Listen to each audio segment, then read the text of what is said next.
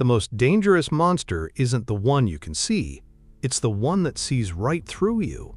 The message that led me to Rome was simple: a string of unexplained deaths, but the setting was completely different.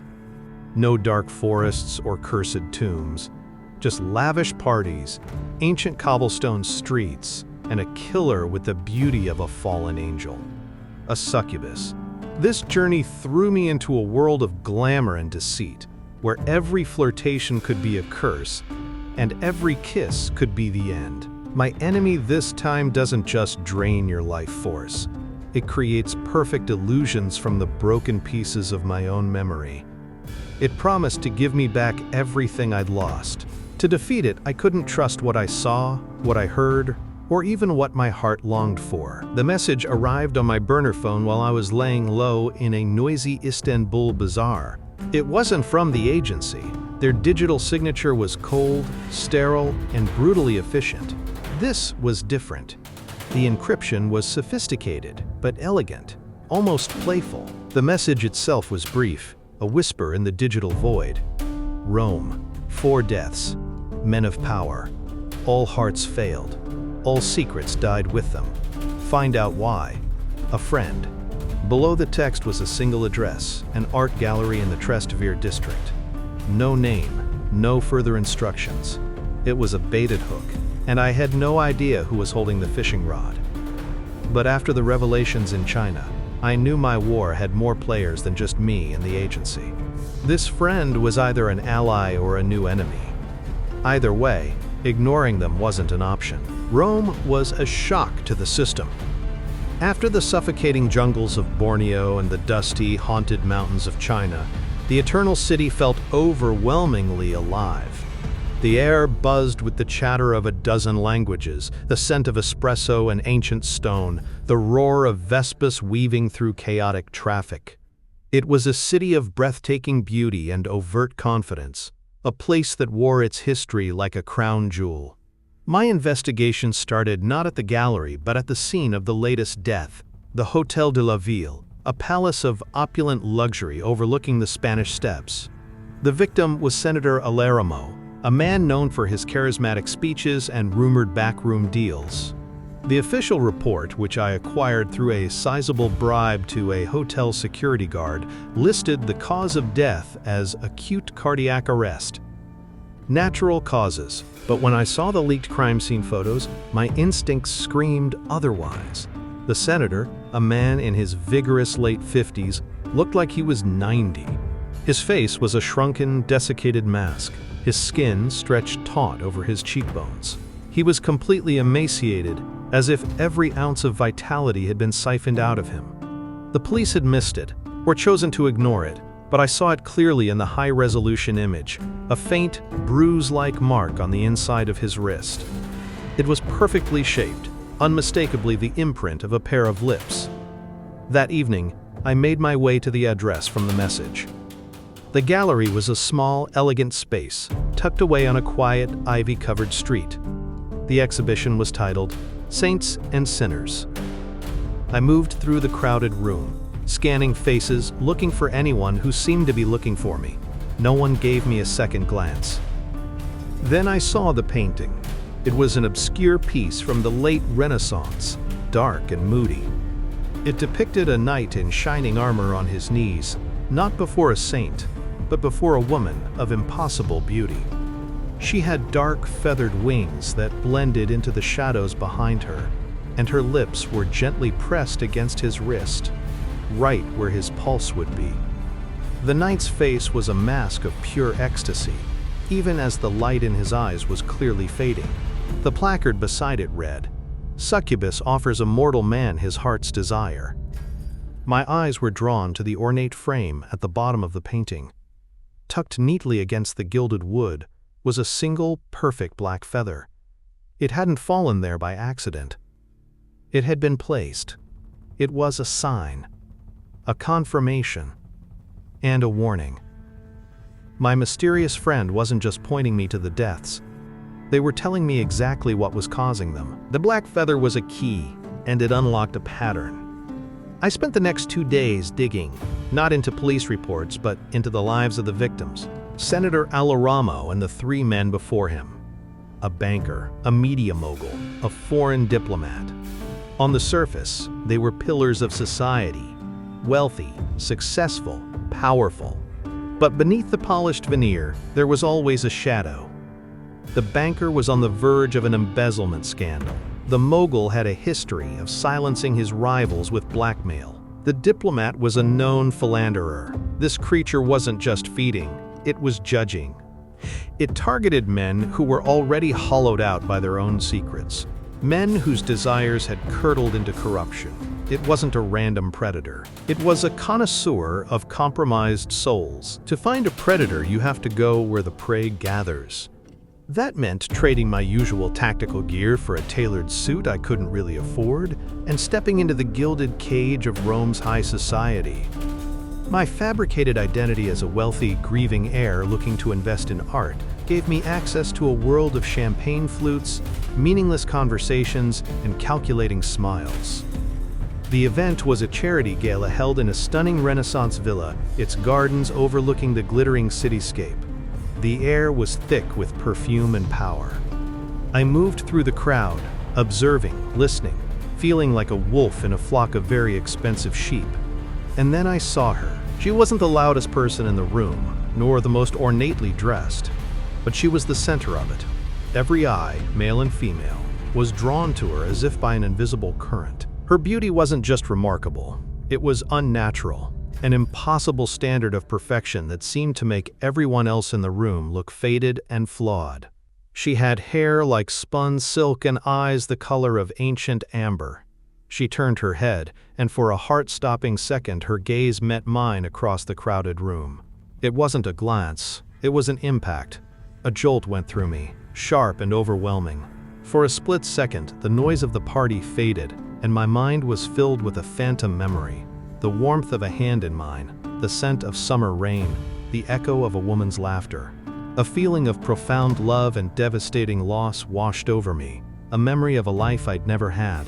It was so real, so powerful, that it almost brought me to my knees. Then, just as quickly, it was gone. She smiled, a subtle, knowing curve of her lips, before turning her attention to her current companion, a grizzled, powerful industrialist who was hanging on her every word.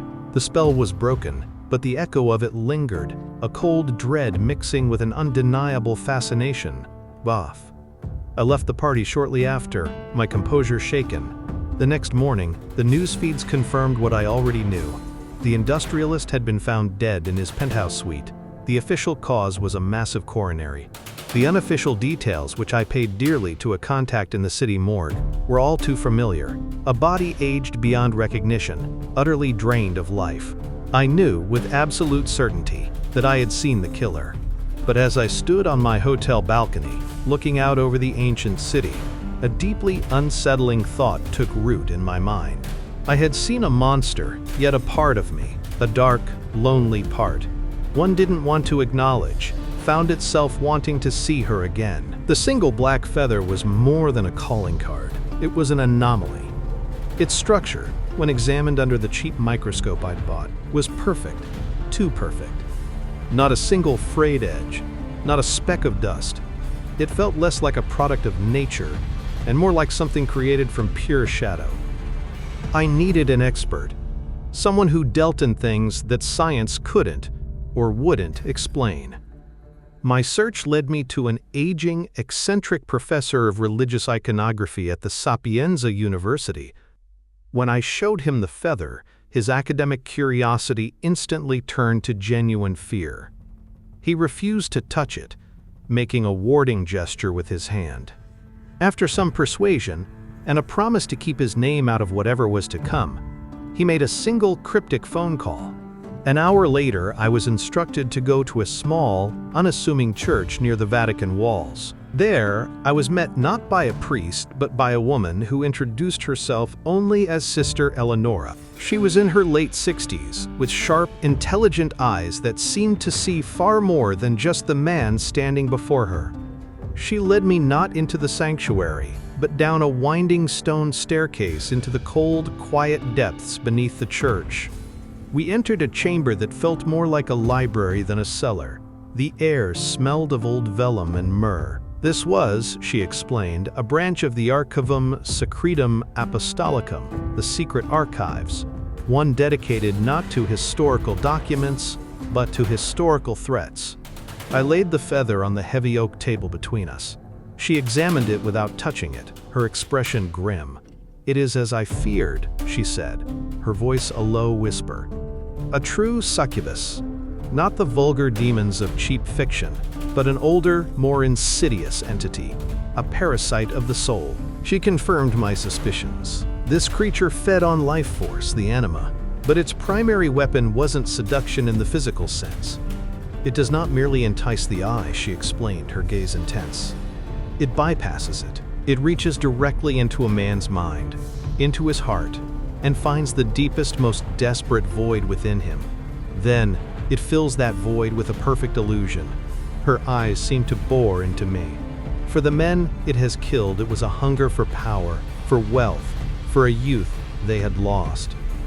It promised them everything, and in their moment of blissful acceptance, it consumed them. But for a man like you, a man with holes in his soul, the temptation will be far more specific. She paused, letting the weight of her words sink in. It will offer you memory. It will offer you answers. It will show you the faces of those you've forgotten and tell you the secrets you ache to know. She rose and walked to a heavy iron-bound chest. From it, she retrieved a small, ornate dagger. The blade was polished silver, and the hilt was wrapped in blessed linen. "This will not kill it," she said, handing it to me. The dagger was cold to the touch, but its blessed nature will disrupt the illusion. It can wound the creature's true form, force it to reveal itself. It is a weapon against lies. As I took the dagger, she placed a hand on my arm, her grip surprisingly strong. Her final words were not a piece of advice, but a stark, solemn warning. To fight this creature, you cannot trust your eyes, you cannot trust your ears, and you must not, under any circumstances, trust your own heart. For it will show you exactly what you long to see, just before it uses that longing to destroy you from within. Sister Eleanor's warning echoed in my mind long after I left the cold silence of the archive. I couldn't hunt this creature. A hunter relies on tracking, on observation, on finding a weakness from a distance. But this creature's hunting ground was the human heart. Its tracks were invisible trails of desire. To find it, I couldn't be the hunter. I had to become the prey. But what kind of prey was I? To bait a trap, you have to know what the quarry is hungry for. This thing fed on desperate, all-consuming want. The question, then, wasn't what it wanted, but what I wanted. The thought was deeply unsettling. For years, my only desire had been survival. It was simple, clean, but now I had to look deeper into the messy, fractured core of myself. I sat alone in my sterile hotel room as the sun set over Rome, the city's beauty, a stark contrast to my own inner turmoil. The silver dagger lay on the table, its polished surface reflecting a distorted version of my face. What was my deepest void? What was the perfect illusion that could break me? I took out my worn leather notebook, its pages filled with the fragmented memories and frantic scribblings of a man I barely knew. I ran my thumb over the cold metal of my Zippo lighter, the engraved name Leo, a constant, mocking riddle. Was it love I craved? A memory of the woman whose laughter I'd heard in a phantom echo at the gala? Perhaps? The loneliness was a constant ache, a phantom limb where a life used to be. But as I stared at the blank pages at the back of my notebook, the ones I had yet to fill, I realized it was something more fundamental, more desperate. Me! It wasn't love. It wasn't power or wealth. It was knowledge. It was truth. My deepest, most consuming desire was for the answers that had been stolen from me. I wanted to know who Alex Ryder was before the amnesia, before the agency. I wanted to see my family's faces, to know if they were still out there, wondering what had happened to me. I wanted to understand the betrayal in Marcus Thorne's eyes. I wanted to know what I had done for the agency to make them try so hard to erase me. I wanted my life back. and that desperate aching need was my greatest vulnerability. The realization was terrifying, but it was also clarifying. I had found my bait. A new plan formed, cold and calculated. I would no longer be the confident, mysterious art investor. I would become a different man, a version of myself that was closer to the truth. I started frequenting different places: quiet, historical bars, dusty old libraries, the lonely corners of ancient ruins. I let my guard down, allowing the exhaustion and uncertainty to show on my face. I would sit alone, staring into a drink, my notebook open on the table. A man clearly lost, clearly searching for something.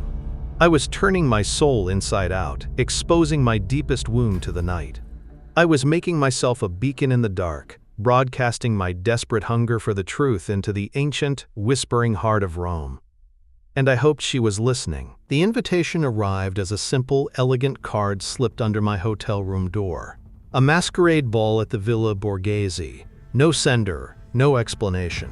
It was her. The bait had been taken. I arrived wearing a simple black mask, just enough to fit in.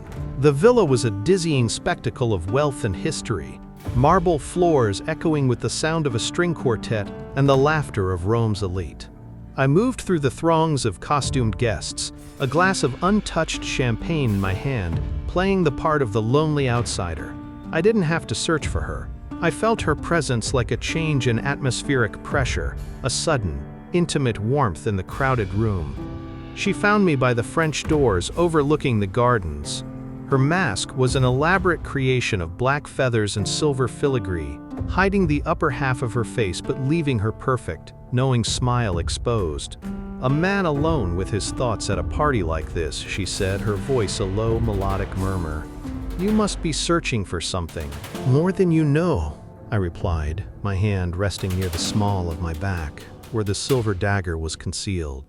"Perhaps I can help you find it," she offered, extending a gloved hand. "Dance with me." The moment our hands touched, the world tilted. The music of the string quartet faded into a distant echo. The faces of the other guests blurred into indistinct shapes. The grand ballroom dissolved, and we were suddenly dancing alone under a canopy of stars, the scent of night-blooming jasmine in the air. It was a memory I didn't have, but my body knew the steps. She didn't speak with her voice anymore. Her words bloomed directly inside my mind, sweet and intoxicating. "You've been so lost, Alex, so broken. I can make you whole again." Images flooded my consciousness, sharp and vivid. A childhood home I'd never seen, sunlight streaming through the window. The face of a man with kind eyes. My father? Handing me a small brass Zippo lighter. "For Leo," he was saying, his voice filled with pride. Leo. Was that my brother? My friend? My own nickname?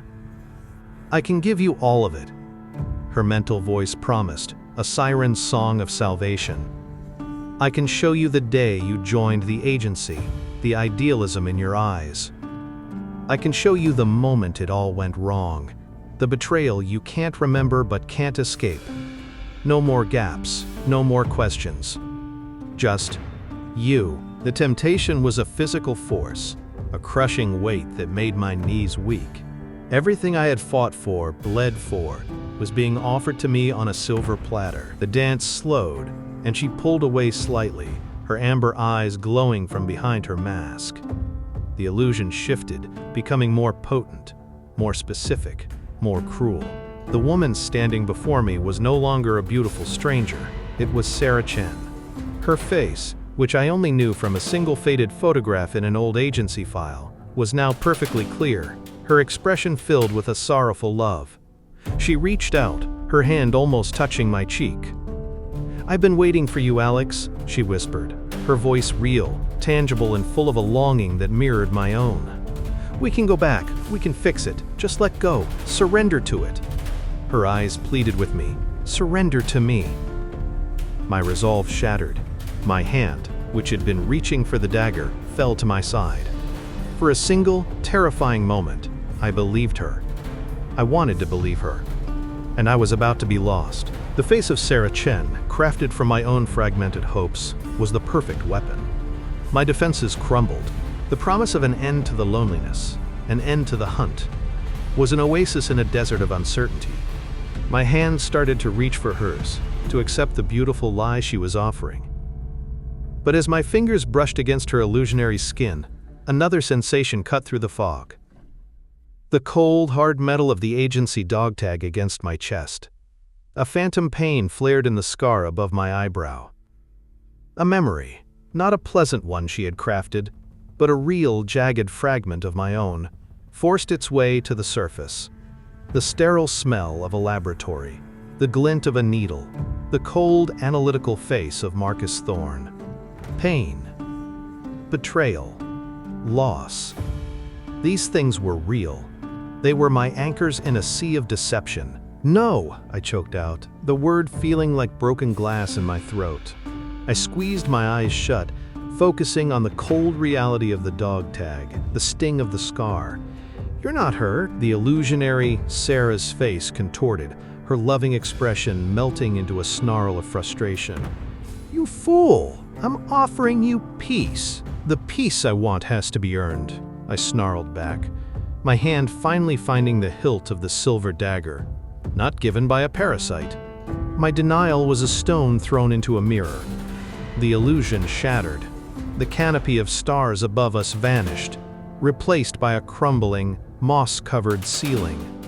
The scent of jasmine was gone, replaced by the smell of damp earth and decay. We were no longer in the grand ballroom of the Villa Borghese, but standing in the heart of some forgotten Roman ruin, moonlight streaming through a collapsed roof. And the woman before me, she shattered too. The silken hair, the perfect skin, the amber eyes. They all melted away like wax, revealing the true form beneath. She was still humanoid, but gaunt, her skin the color of old parchment stretched tight over her bones. Her beautiful feather wings were now leathery and bat-like. Her eyes were no longer seductive amber, but burning coals of pure, malevolent rage. "You deny me?" she shrieked, her voice no longer a mental whisper, but a piercing, physical sound that echoed off the ancient stones. "You chose this broken life over the one I offered? Then you can have it." She lunged, her grace replaced by a feral, predatory speed. Her delicate fingers were now tipped with sharp obsidian claws, slashing at the air where I stood. This was no longer a battle of wills, it was a fight for survival. She was faster than any human, stronger than her frail form suggested. I dodged and weaved, the close confines of the ruin, making it a deadly dance. She feinted with her left hand, and I fell for it, creating an opening. Her right claw raked across my arm, tearing through my suit and drawing blood.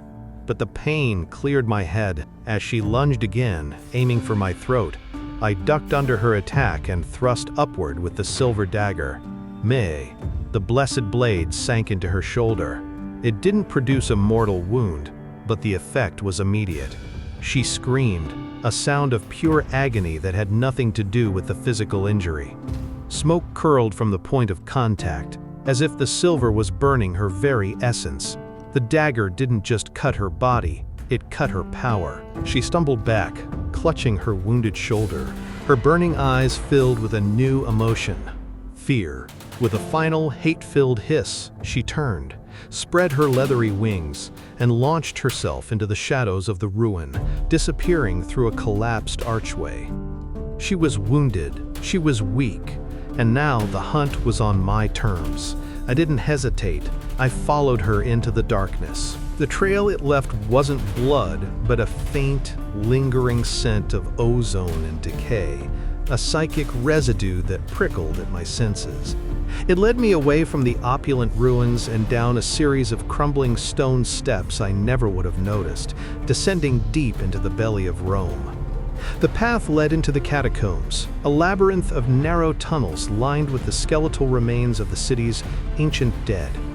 The air grew cold and stagnant. Its lair was a grotesque fusion of two worlds. In a forgotten burial chamber, surrounded by shelves of skulls, it had created a perverse nest. Silk gowns were draped over sarcophagi. Diamond necklaces were coiled around femurs. Expensive watches and gold cufflinks were piled carelessly in a corner like pirate treasure. It was a museum of its victims' vanities, a testament to the hollow lives it had consumed. The succubus was huddled in the center of the chamber, clutching its smoking wound.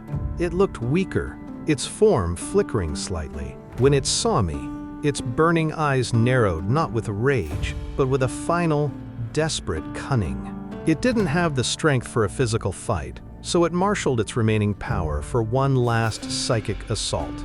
The figure that shimmered into existence before me wasn't Sarah Chen. It was me, Racket Spin, or rather, the man I must have been. He stood tall, confident, his eyes clear and sharp, unburdened by doubt or amnesia. He wore the clean tactical gear of an agency operative, and he looked at me, the real, scarred, uncertain me, with an expression of utter contempt.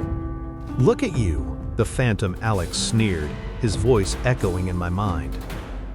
"Broken, weak, chasing ghosts and fighting fairy tales because you're too afraid to remember what you really are. A killer. A tool.